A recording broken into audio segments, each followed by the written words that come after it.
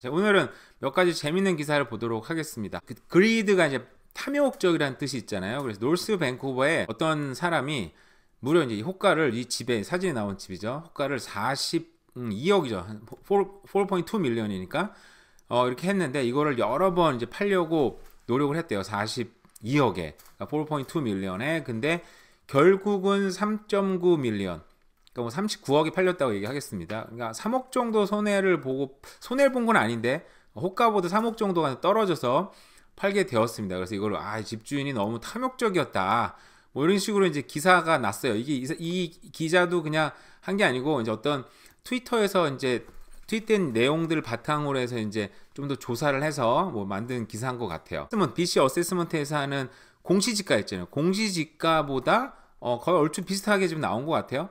이 중간에 보시면 요 사람 이름 제가 까먹었거든요. 이 사람 이제 그 영화 숄트에 되게 유명한 영화 숄트에 나오는 그 당시에 이제 그 은행들 상대로 이제 소위 말해서 숄트를 걸어서 은행에 관련된 그런 채권이라 그래야 되나? 그걸 많이 갖고 있어가지고 은행들이 이 사람이 그 당시 JP 몰건에서 일했던 사람인데 JP 몰건하고 은행들이 이 사람 쩔쩔매 나중에 이제 큰 돈을 벌었던 이 사람 이름 까먹었어요.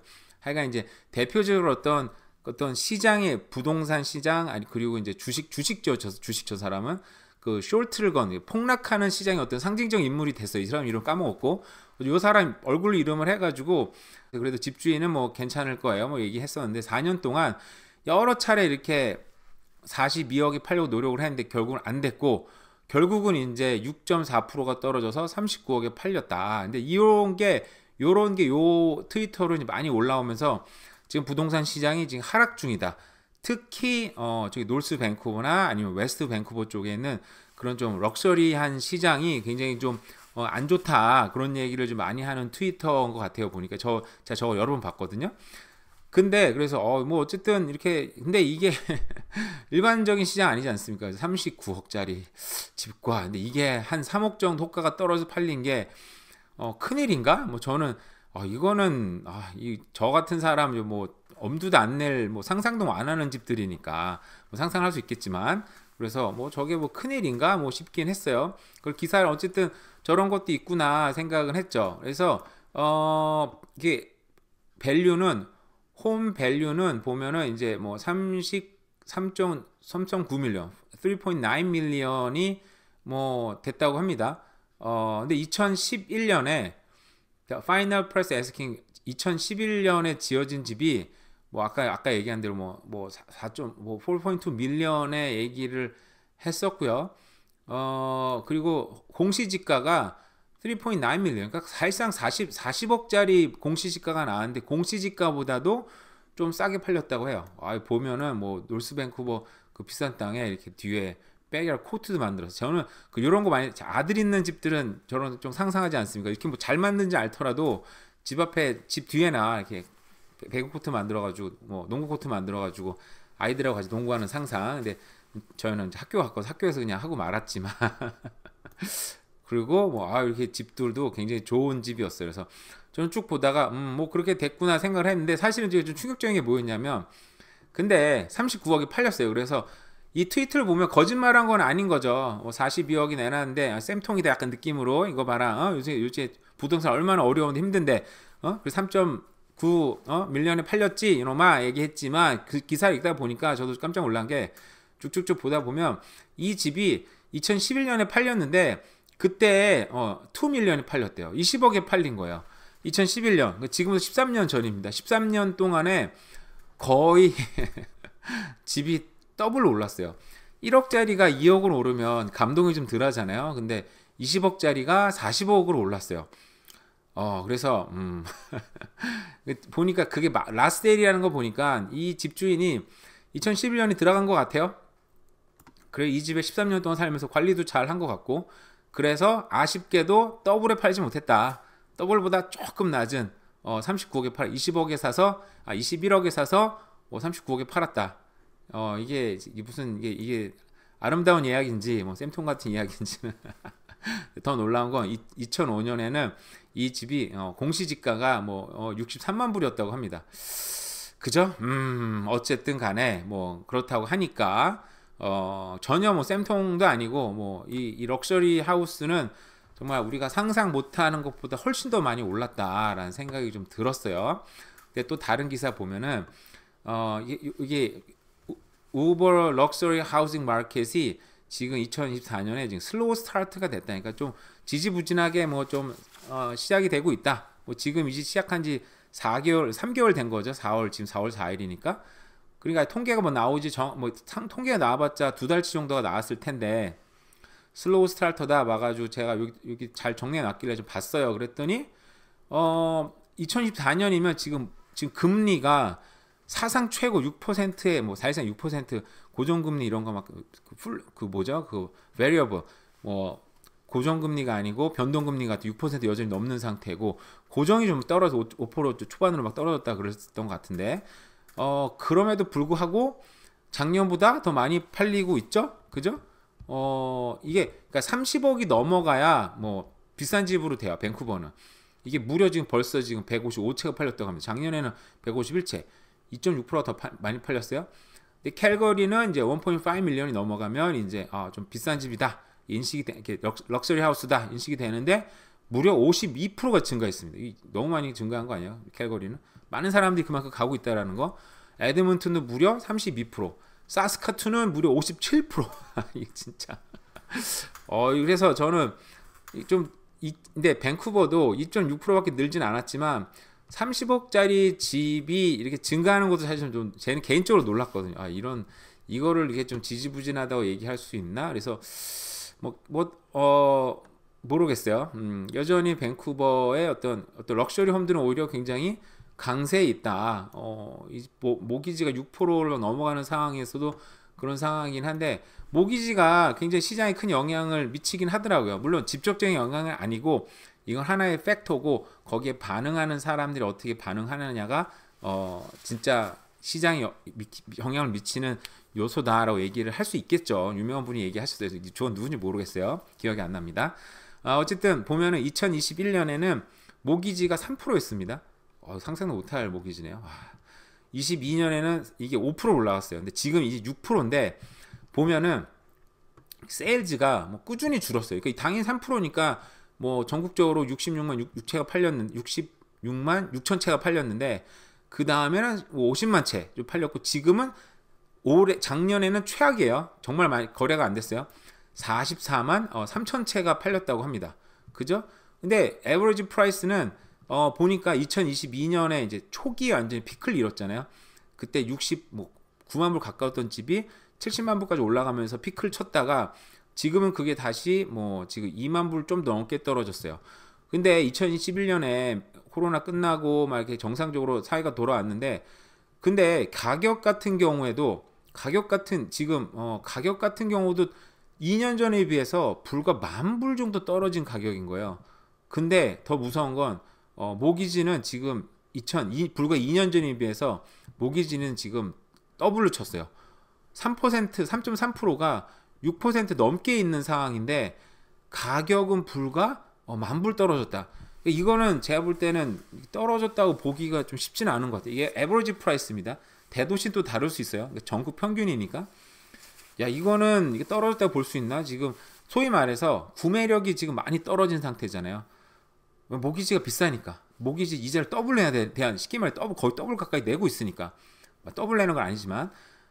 그래서 이게 저거는 10,000불 떨어진 거는 사실상 이건 떨어졌다고 보기도 쉽지는 않구나 생각을 하게 되는 거죠.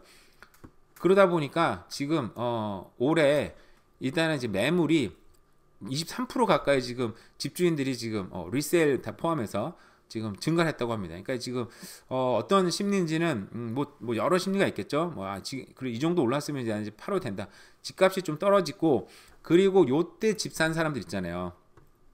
3.3%의 집을 샀는데 집값이 그때에 비해서 조금 오르는 듯 하다가 떨어졌잖아요. 10,000불 정도 평균적으로 10,000불 좀 넘게 오르다가 10,000불 떨어졌어요. 그래서 이게 지금 이제 리뉴할 때가 좀 2년 3년 한 사람들은 이제 리뉴할 때가 다가오면서 이제 집값이 이자가 너무 비싸니까 좀 팔아야 되겠다 하는 사람도 있을 수도 있고요.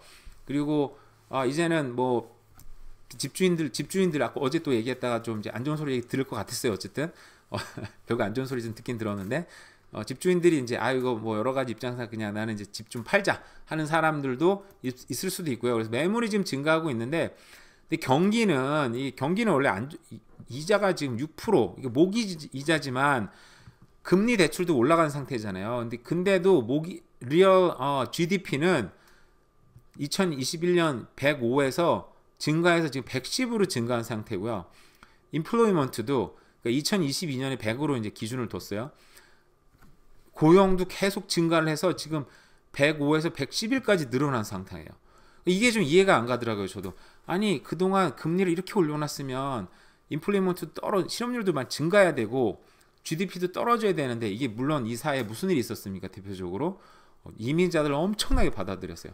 이민자들을 엄청나게 받아들이니까 일단 사람이 늘어나면서 돈을 막 쓰고 그 돈에 그 인구와 돈에 의해서 경기가 부양이 됐죠. 그래서 예전에 한번 얘기했지만 전문가들은 인구가 늘었기 때문에 지금 경기 침체가 안 보이는 거지 사실상의 경기 침체는 이미 시작이 됐고 진행 중이다라고 전문가들 얘기하고 있었습니다. 그죠? 그러다 보니까 이제 집주인들도 이제 기대감을 갖고 이제 집을 내놓는 것 같아요. 왜냐하면은 앞으로 금리가 이제 앞 떨어질 건 너무 당연하게 눈에 이제 뭐 여러 전문가들 얘기하고 있잖아요. 기사도 많이 나오고 있고. 그래서 사람들이 집을 살 거로 예상을 하고 집을 지금 내놓고 있는 게 아닌가라고 생각을 하고 있죠. 지금 현 시점에 봤을 때는 집 사기가 가장 어려운 시기입니다. 그래서 toughest time to afford home.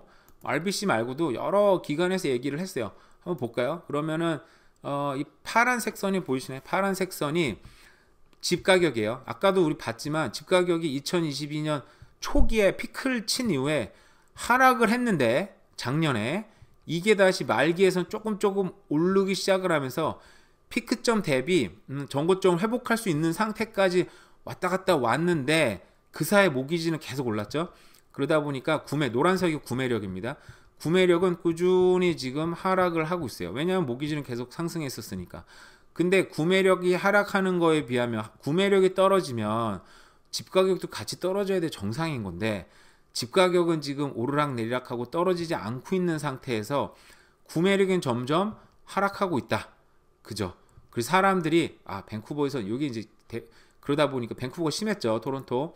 사람들이 다 지금 다는 아니고요. 많은 분들이 알버타로 가는데 이게 그 넘버가 이제 작년에 이제 신기록을 세웠다고 합니다. 많은 사람들이 알버타로 가다 보니까 그래서 아까 보여줬던 그게 나온 거예요. 어디 나왔죠?